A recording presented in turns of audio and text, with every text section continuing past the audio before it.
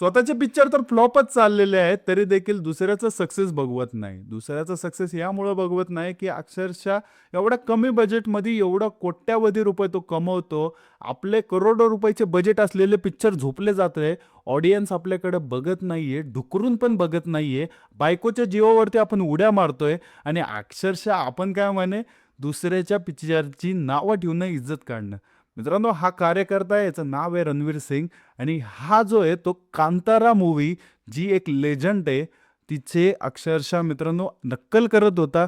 त्या अवॉर्ड फंक्शनमध्ये त्या ऋषभ शेट्टीने त्याला वॉर्न देखील केलं, या गोष्टी करू नको, ह्या देवाच्या गोष्टी आहे. तरी देखील ह्याचा पृष्ठभाग लय वळवळ करत होता. ह्याच्या आतमधल्या गोमाशा ज्या आहेत ना, त्या अशा वळवळ करत होत्या लिटरली. त्यांनी तिथं त्याचा अपमान करायचा प्रयत्न केला, परंतु ऋषभ शेट्टी सगळं असं सायलेंटली घेत होता. त्यांनी इग्नोर केल्या सगळ्या गोष्टी. मित्रांनो, अवॉर्ड फंक्शन सुरू होता आणि त्याच्यामध्ये हा रणवीर सिंग नावाचा एक मोहरा, जो की स्वतःला खूप शहाणा समजतो, मी लय भारी बॉलिवूड ॲक्टर आहे, जो फक्त असं धतड-धतड करून अक्षरशः लोकांना असं सांगतो, माझे पिक्चर लय भारी. ह्यांना ॲक्टिंगच्या नावाखाली ह्यांना काही येत नाही मित्रांनो. स्वतःला आहे ना जमत नाही.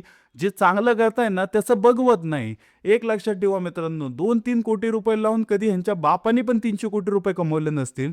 5-10 कोटी रुपये लावून कधी ह्यांच्या बापाने 1000 कोटी रुपये कमवले नसतील. ह्यांचे पिक्चर बघितल्यावर ह्यांची जळते ह्याच्यासाठी, की अक्षरशः एवढ्या कमी बजेटमध्ये एवढा भारी पिक्चर कसा काढतोय हा? त्यामुळे ह्यांची जळते. ह्यांच्या पिक्चरचे बजेट 500-1000 कोटी रुपये, तरी देखील ह्यांना प्रॉफिट होईना. जेवढे इन्व्हेस्टरने लावले तेवढे निघेना ह्यांच्या पिक्चरमधनी. ह्यांचे असे वाईट दिवस चालू आहेत मित्रांनो. आणि तरी देखील एवढे करोडो रुपये हे घेतात, तरी देखील मित्रांनो लिटरली हे स्वतःच्या पिक्चरचा अपमान करून घेतात. मित्रांनो, जेवढे पण पिक्चर यांचे यायला लागलेले आहेत, आता बॉलिवूडकडं ढुक्करून सुद्धा कोण बघत नाही, वळून सुद्धा बघत नाहीये. याला कारण आहे बॉलिवूडच्या घाणेरडापणा. आपल्या धर्माचा अपमान करणं तर हे आजपर्यंत ह्यांचं चालूच होतं. कुठल्या पिक्चरमधनं काहीतरी आपल्या धर्माबद्दल वाईट दाखवणं, वेगळं दाखवणं, हे आत्तापर्यंत तर करत आले होते.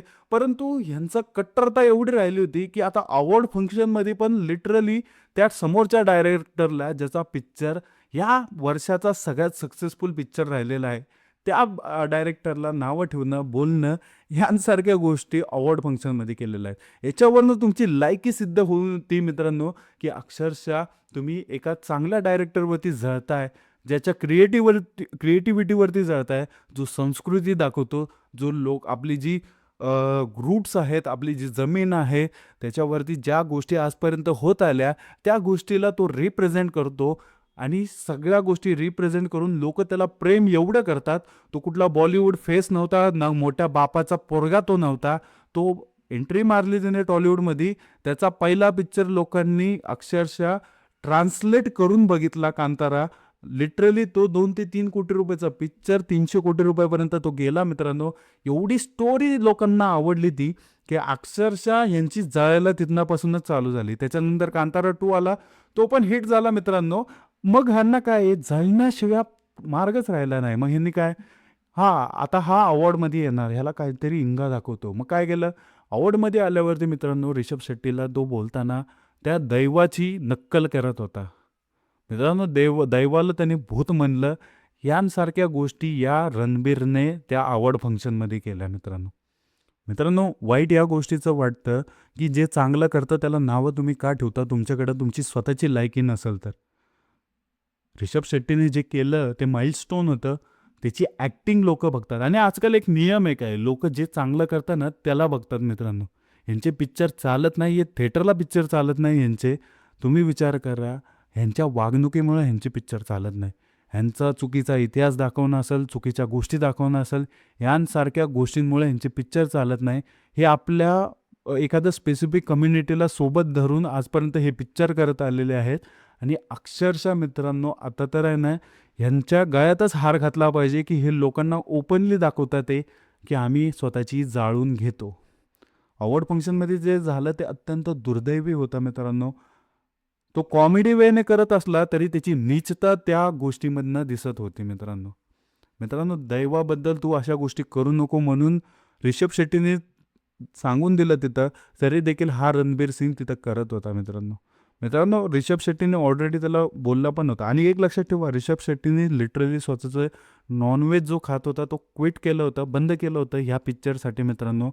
ज्यावेळेस तो दैवाचा अवतार घ्यायचा, त्याला असं जाणीव व्हायची, की माझ्या आतमध्ये खरं दैव आलंय का? आणि ह्या गोष्टी साध्या नाहीत मित्रांनो. एखाद्या धर्माचं, एखाद्या देवाचं ज्यावेळेस तुम्ही सोंग घेता, त्यावेळेस ते कॅरेक्टर तुमच्यामध्ये आणणं गरजेचं आहे. त्यावेळेस जाऊन ते कॅरेक्टर हिट होतं आणि ऋषभ शेट्टींनी ते हिट करून दाखवलं मित्रांनो. पूर्ण भारतातनं त्या पिक्चरची तारीफ होते मित्रांनो. परंतु ह्यांची जळती या गोष्टीसाठी, की एवढ्या कमी पैशामध्ये हा एवढे मोठे-मोठे पिक्चर करतोय. ओ-टी-टी प्लॅटफॉर्म पैसे द्यायला तयार आहेत. बॉक्स ऑफिसवरती एवढं मोठ्या प्रमाणात कलेक्शन होतं. ₹400-400 लोकं ह्यांना या पिक्चरसाठी लाईनमध्ये थांबले होते अक्षरशः, की आज तिकीट भेटेल, उद्या तिकीट भेटेल. त्यावेळेस जाऊन लोकांनी हा पिक्चर बघितला. पण मित्रांनो, ह्यांच्या पिक्चरचे सीट देखील रिकामे आहेत आजकाल, कारण ही असे हिजडेपणा करतात म्हणून. मित्रांनो, याच्यावरनं आपल्याला सगळ्यात क्लिअर होतं, की ह्यांना फक्त नेपोटिझम पाहिजे, बॉलिवूड पाहिजे. बॉलिवूड म्हणल्यावर ह्यांना राजा वाटतात हे. पण एक लक्षात ठेवा, तुमच्या बॉलिवूडला काळं कुत्रं खात नाहीये. सगळे लोकं टॉलिवूडचे पिक्चर बघतात. बघितले तर बाहेरच्या देशातले पिक्चर बघतील, पण तुमच्या सारख्यांचे फालतू पिक्चर बघणार नाहीत मित्रांनो. व्हिडिओ आवडला असेल तर नक्की लाईक करा, सबस्क्राईब करा. भेटूया पुढच्या व्हिडिओमध्ये. जय हिंद, जय महाराष्ट्र.